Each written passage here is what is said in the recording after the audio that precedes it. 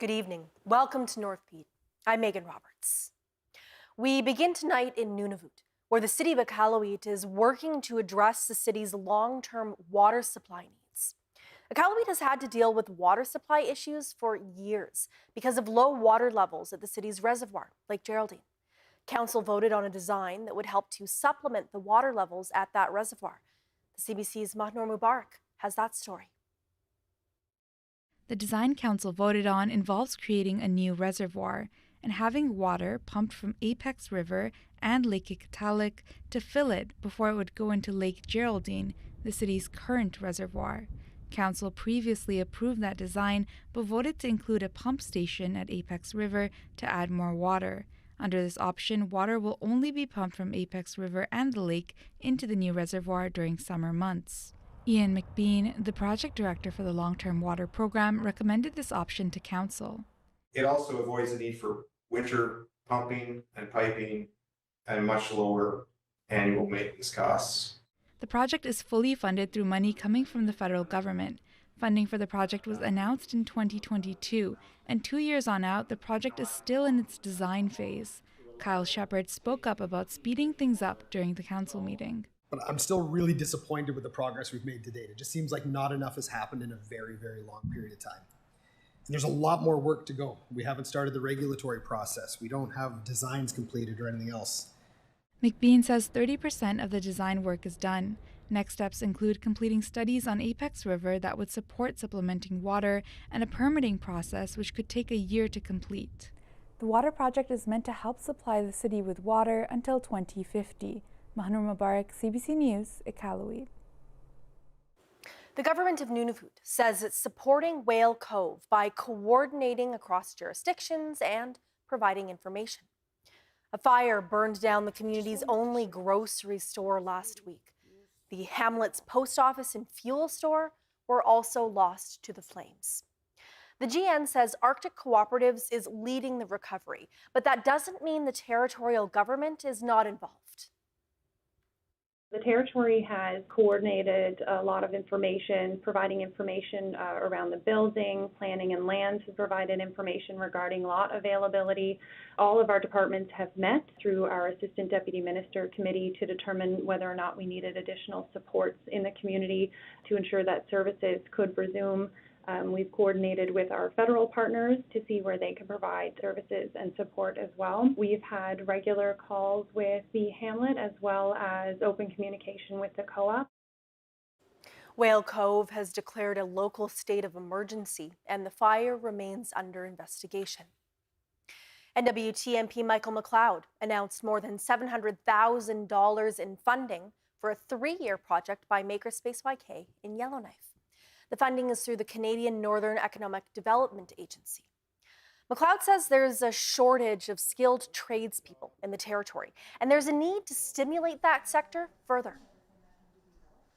Building new infrastructure, bring it in, new homes, projects of that nature all require people with skill sets, and it's been a challenge. We hear almost on a daily basis where we need people that can provide skills. The executive director of Makerspace YK says a huge part of the funding will go towards a social innovation project. That'll include developing new programming, training workshops, and adding 24/7 membership through a fob access system. The director added that around 50 to 80 people use the facility on a monthly basis, and its programs and spaces are great introductions to trade skills for residents. A pair of Tesla Cybertrucks have reached the Arctic Ocean after an ambitious journey from Florida to Tuktoyaktuk. The drivers embarked on this trek to bring electric vehicle charges to some of the most remote areas of the north. The CBC's Des Loreen has that story. On this side that we pull out through here. Rafael Santoni and his partner Nancy drove their Cybertruck from their home in Florida. The two futuristic trucks arrived in Inuvik on Monday evening. To me, it's just a dream One item that I'm checking off a list, I just always wanted to go to the Arctic. We are in the Arctic right now. Now we want to see the ocean and hopefully dip in the water a little bit just to seal it down that we did it. The couple was joined by fellow Tesla owners Justin Demery and Gary Mark, forming the Arctic Cybertrek expedition. Right on, that's good. All the way from Florida, which is crazy. With limited EV infrastructure in the north, they had to rely on industrial outlets at mechanic shops for recharging, and they barely made it to Eagle Plains. However, they came prepared, bringing Tesla chargers to donate to local businesses free of charge. Yeah, we're here to install some level 2 chargers. We had a dream, we had a mission, and we're up here on the Dempster Highway electrifying the Dempster for EVs that come after us. So thanks to some of our amazing sponsors, we were able to bring 6 chargers with us. This is the first public EV charger in Inuvik. There are also chargers dropped off at Eagle Plains and in Tuktoyaktuk. Des Loreen, CBC News, Inuvik. The federal New Democratic Party has ended its agreement to support the Liberals. Justin Trudeau's minority government has counted on the NDP to remain in power. The CBC's Ashley Burke looks at why leader Jagmeet Singh is pulling the plug and what it could mean for election timing. The Liberals are too weak, too selfish, and too beholden to corporate interests. A new campaign-style video announcing a very public political breakup. Today, I notified the Prime Minister that I've ripped up the supply and confidence agreement. Through that agreement, the NDP propped up the Liberal government for almost 2.5 years in return for commitments on NDP priorities like dental and pharmacare. But Jagmeet Singh says the deal is dead. The Liberals have let people down. They don't deserve another chance. We want to send a clear message to Justin Trudeau. Last month, Singh joined locked-out rail workers on the picket line and slammed the government for intervening and forcing arbitration. The NDP said that issue is just one example why it scrapped the deal with Justin Trudeau. I'm focused on Canadians. I'll let the other parties focus on politics. Trudeau faced questions about what it all means and if it's time for an election. An election will come in the coming year, hopefully not till next fall, because in the meantime, we're going to deliver for Canadians, and the contrast with a Conservative leader that wants to cut dental care, cut the school food program. The Conservatives leader called the NDP's move a stunt and challenged Singh to vote with him. My message to sellout Singh is this. If you're serious about ending your costly carbon tax coalition with Trudeau, then commit today to voting for a carbon tax election. The end of this deal doesn't trigger an automatic, immediate election. The Liberals can negotiate on a case-by-case basis with the NDP if they will support them on votes, or also turn to other parties to try and keep themselves in power. No matter what, there has to be an election by next fall, and now that could happen even sooner. Ashley Burke, CBC News, Ottawa. There's a buzz in the air in Western Canada that's putting a little sting in the end of summer. Pest control companies say they are being swarmed with calls about a spike in wasps. As Julia Wong reports, the yellow jackets are quickly becoming the pest of the prairies.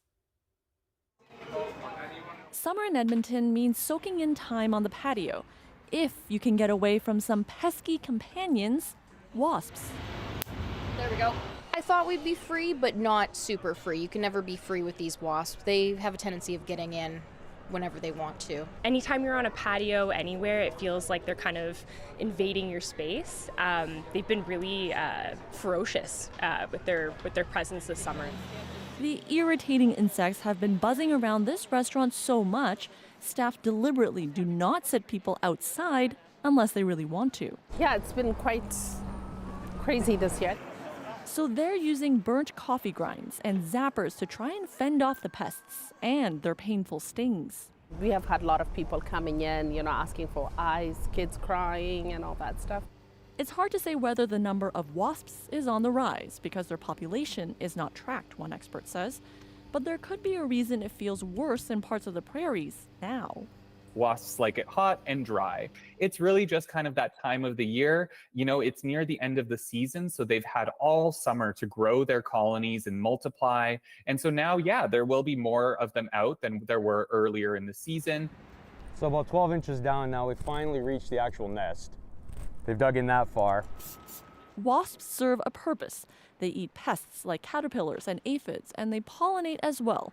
But it may be useless trying to keep them away. Prevention is almost nil. You can't really prevent them. If they're going to find a way to get in, they're going to find a way to get in. They're very industrious creatures, and they'll build where they want to build. Experts say you can use traps, homemade or store-bought, or you can set aside a sacrificial food offering away from where you're sitting. And they recommend dealing with them right away, saying a wasp nest can double in size in just a couple weeks. Julia Wong, CBC News, Edmonton. Oh, imagine how good the TV's gonna look now. And spoiler alert. No! Don't panic. Don't panic. Cut to. Well, we're not cutting to. What do ladies want to watch? Look out! It's drama. Oh. I'm ready for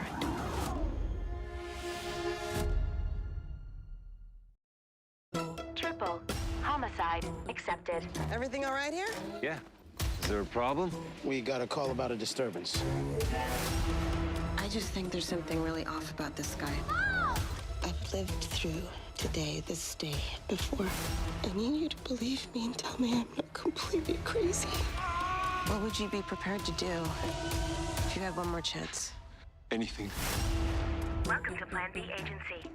Select your desired destination. Breaking news that shapes your world. With local CBC Radio 1 Live to connect us closer to home. It's news you can trust, delivered when you want, where you want, on the CBC News app. Download for free.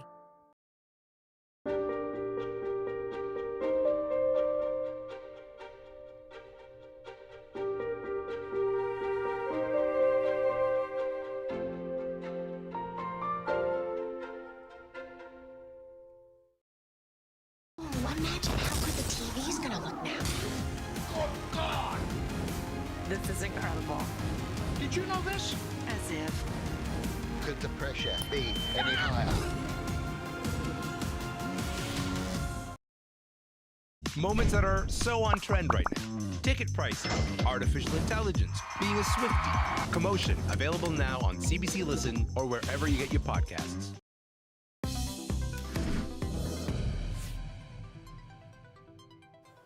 The Bank of Canada has cut its key interest rate today by 0.25 percentage point. It's the bank's third consecutive cut, and more could be on the way. Nisha Patel looks at what it could mean for people and businesses. Cheese up. Business is booming at Boaz Rahim's sandwich shop in Toronto. And we're just getting started. We're a young company.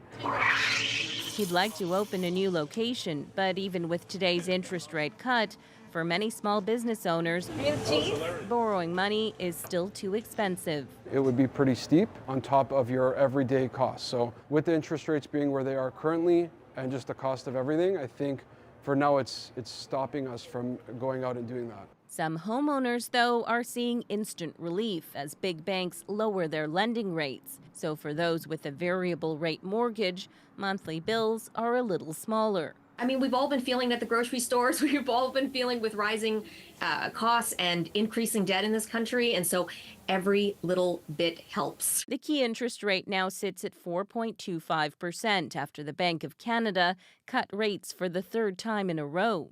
Inflation has come down. We're getting close to the target. And that's been reflected in our decisions to lower interest rates. The central bank is walking a fine line. It wants the economy to slow enough to cool inflation, but not so much that it tips the country into recession. With consumers pulling back on their spending and unemployment growing, there's a chance the bank may have to cut interest rates faster than expected. At the end of the day, the economy is clearly weak, and it is weakening, and certainly argues for continued interest rate relief. Most economists are betting there will be 2 more interest rate cuts this year, and by next summer, the key rate could be as low as 3%. Nisha Patel, CBC News, Toronto. Iqaluit is gearing up to host the annual Nunavut Trade Show from September 17th to 19th. This is the 31st Nunavut Trade Show. It's the largest business and arts showcase in the territory. Organizers say this year's theme is working together, shaping the future of Nunavut, and it reflects years of effort. I think it's a vision that we've been working on for many years now, and recently with the GN signing their devolution agreement, brings the territory a little bit closer to self-government, so to speak, and so we kind of build a trade show around that with different conference sessions that would aim at shaping the future. West says the Nunavut 3,000 housing construction program is a key focus. There will be discussions aimed at building the workforce needed to support that initiative. The trade show will also address broader challenges and solutions for operating in the North across various sectors. This year, around 100 exhibitors, including 14 artists, are expected. The trade show will be held at the Arctic Winter Games Complex and Exarnite Hotel and Conference Center in Iqaluit. A new year has begun for Yukon University students. The school is entering its 4th year as a university, and officials are working on developing more local programming. Right now, a number of degrees are still only available through partnership with the University of Regina. Yukon University's Sheila Rolls says that is on track to change. She says a locally developed education degree is on the horizon.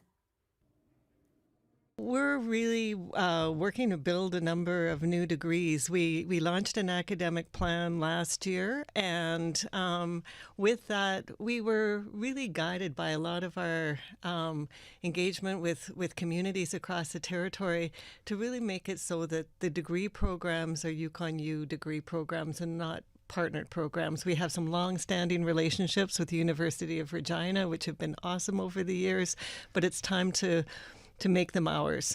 So we are building a new education degree. We are building a new social work degree, a liberal arts degree, and hopefully we'll also be working on a registered nursing degree as well. Rolls says the plan is to launch the new education degree by 2026 and the Northern Social Work degree by 2025. The government of Nunavut is holding training workshops to help schools create inclusive learning environments for LGBTQ+ students. The workshops are called Sexual Orientation and Gender Identity and Expression. An Iqaluit-based advocate believes this training is important for all teachers in Nunavut. So having an adult in your life, like an educator, who is supportive can be so very crucial to making sure that a youth feels comfortable in their own skin. When Drakenberg was in high school, they came out as trans, and they said they were supported by the staff at their school. They want other youth in Nunavut to feel the same. The workshop is being launched this month. Nunavut's education department aims to have all schools trained by the end of December. The grand prize winners of the Arctic Inspiration Prize are hitting the ground running. The Inutsiavik Cultural Center has found a home in Hopedale, Labrador, and as the CBC's Heidi Adder tells us, it's preparing for a busy fall. This home is the new site of Inutsiavik. A group of young Inuit in Hopedale won the Arctic Inspiration Grand Prize in May. Now their organization has its own space. Picturing what's all going to be going on in here, and like we're going to start decorating soon and getting ready to have people. Like we've had some people come in and like work on their comics a little bit, but like just looking forward to the fall.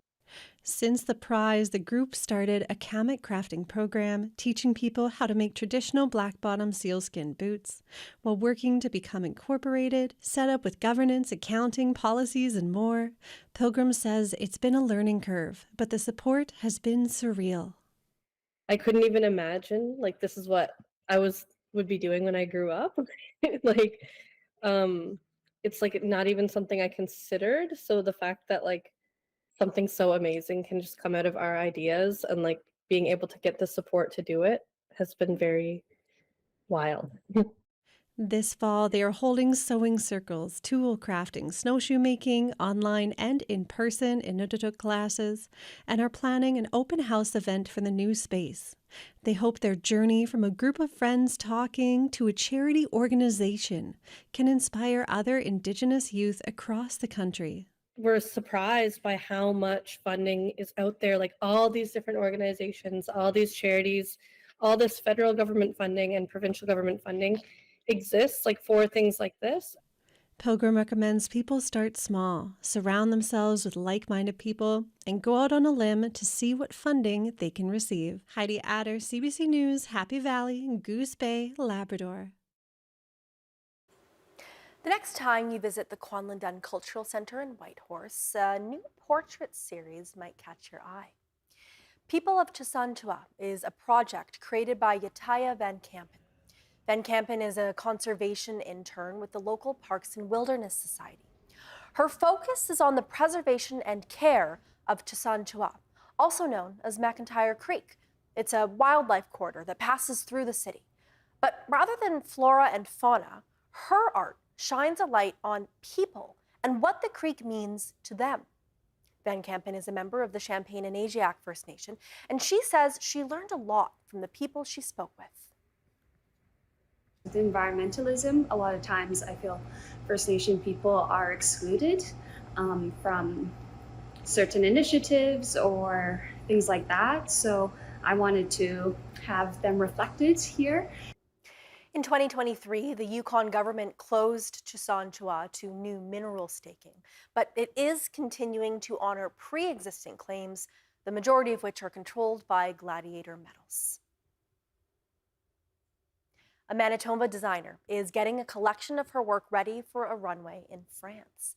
The owner and designer of Ali's Ribbons is heading to Paris Fashion Week later this month, an opportunity that's also turning into a big moment for some local models. The CBC's Alana Cole has the story. Alicia Sutherland's designs have been showcased in New York, and soon they'll be on the runway during Paris Fashion Week. It's hopefully going to make a really big impression. Sutherland is the owner and designer of Ali's Ribbons. She lives in Winnipeg, but is from Peguis First Nation. She started Ali's Ribbons about 4 years ago. There was a time she never thought she'd be showing her designs on a global stage. I really truly believe that my ancestors and my grandmothers, my grandfathers, and all my relatives on the other side, the spiritual side, spiritual world, they're moving mountains and paving that road for us. And it's just so crazy that that road is clear and we're on it and we're running and we're taking over it. And it's really emotional.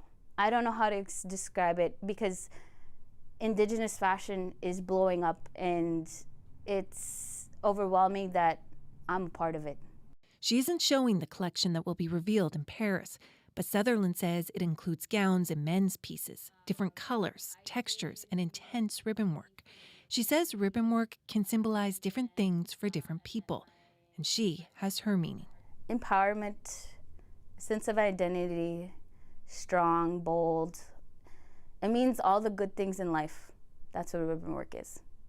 Sutherland says she wanted an all-Indigenous showcase in Paris and asked 4 models from Winnipeg to make the trip, including longtime friend Ocean Breer. For Breer, it's emotional to think about what it means to model for and represent an Indigenous designer, one who also happens to be a best friend. It's a privilege to watch her be who she is today and to come from a place that she has, and just to be a powerhouse, and not just a powerhouse but like a lighthouse. Her light is so bright that it reaches like thousands of miles away for others to see. Aaliyah Tate and Madison Moore are 2 of the other models heading to Paris. When I do this, I always think about my nieces and like the younger generation. Tate says she'll be modeling for both Sutherland and another designer from Canada in Paris. I'm just very excited to be able to get this opportunity. The little inner child in me is so happy and excited for me to get to do this. Sutherland says it's important to give other young people opportunities. The little platform that I have, we're all on it, even if we're all standing on it with one toe. Sutherland's designs will be on the runway September 27th. Alana Cole, CBC News, Winnipeg.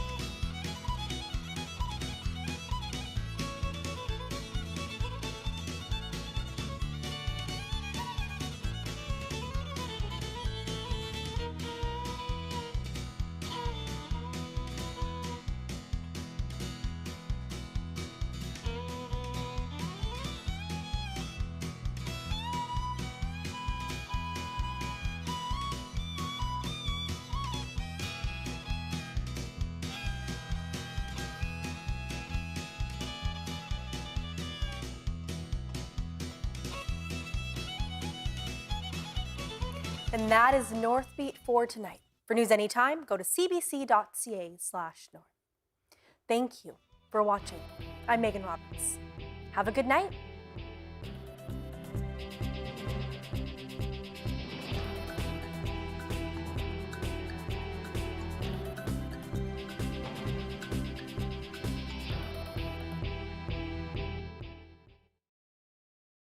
Why, hello. You want it? I got it. This is so cool. Focus, focus, focus. Here we go. Oh, imagine how good the TV's gonna look now. Good God! This is incredible. Did you know this? As if. Could the pressure be any higher?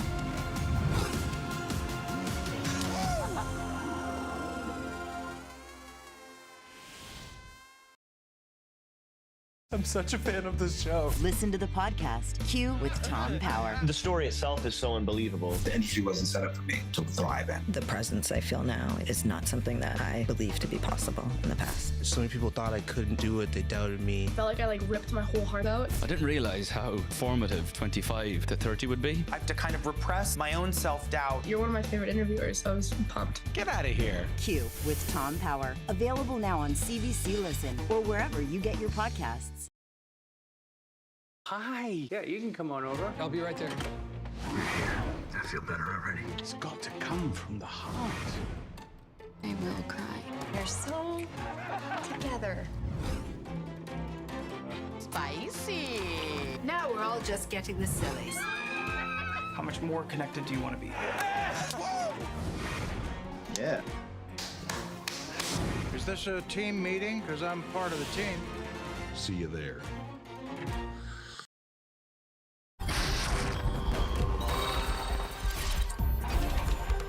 How can any of this be fair? Now you might think, hey, we just need more doctors, but that's not really it. A ration scheme here shows you where it starts, where it ends. Were you really willing to risk that job? Yes. At Thunder Bay's favorite festival, Wake the Giant. Ta-da! There it is.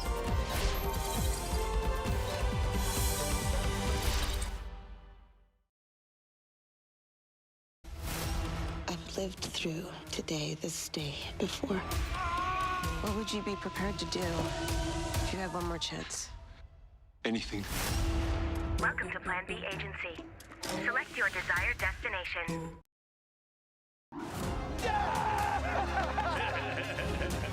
And Spoiler alert. Cut to. Well, we're not cutting to. What ladies want to watch?